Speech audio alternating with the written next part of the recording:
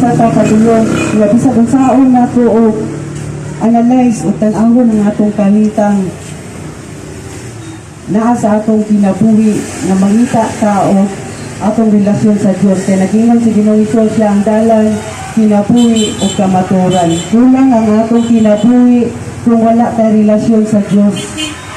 O ang Dios karon dili niya gusto nga ang atong kinabuhi magamit lamang siya nga walay Dios. Nag-aawag kanunay ang Dios. Nagaingon siya sa iyang pulong sa ikaduhang Pedro 3:9 nga dili siya maglangan sa pagbalik apang gusto niya nga matagusang maghinumsyon. Amen. So, tingali ikaw karon padayon kang nagapangita unsa ang solusyon sa imong kinabuhi, unsa ang sulbad sa imong kinabuhi, imo ni gipangita sa bisan asa na makaplagan nimo. Pero ang gingon sa pulong sa Dios na kita gibuhat sama sa iyang dagway.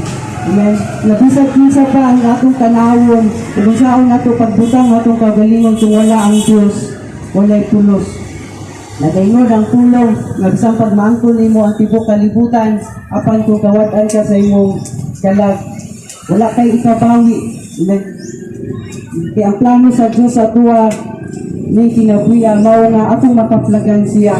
Then, ngano man gyud na sa atong kahintang kulang ang atong kinabuhi kung wala tayo relasyon sa Diyos. Kaya kami karon aron ibalo sa inyo nga ang atong kinabuhi pwedeng makumpleto diha kang Ginoong Hesus. Men, ngano man gyud laban kulang atong kinabuhi kasi Ginoong Hesus lamang ang maka-kumpleto.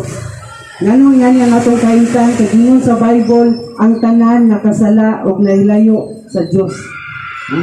Itang tanan nga tao bisag unsaon nato o bisan kinsa ta ang atong kahintang nahilayo ka sa Diyos. Nga bisag unsaon nato o pahig ang atong sura, ang atong mga dagan, itang tanan nahilayo ka sa Diyos. Amen. Yakin atong pagkahilayo sa Dios muni ang usa ka limbon ni Satanas tungod sa sala. Amen. Dili gusto sa Dios nga mahilayo ta. Amen. Ang kaaway, ang mawang gusto niya nga kita mahilayo sa Dios. Apan sa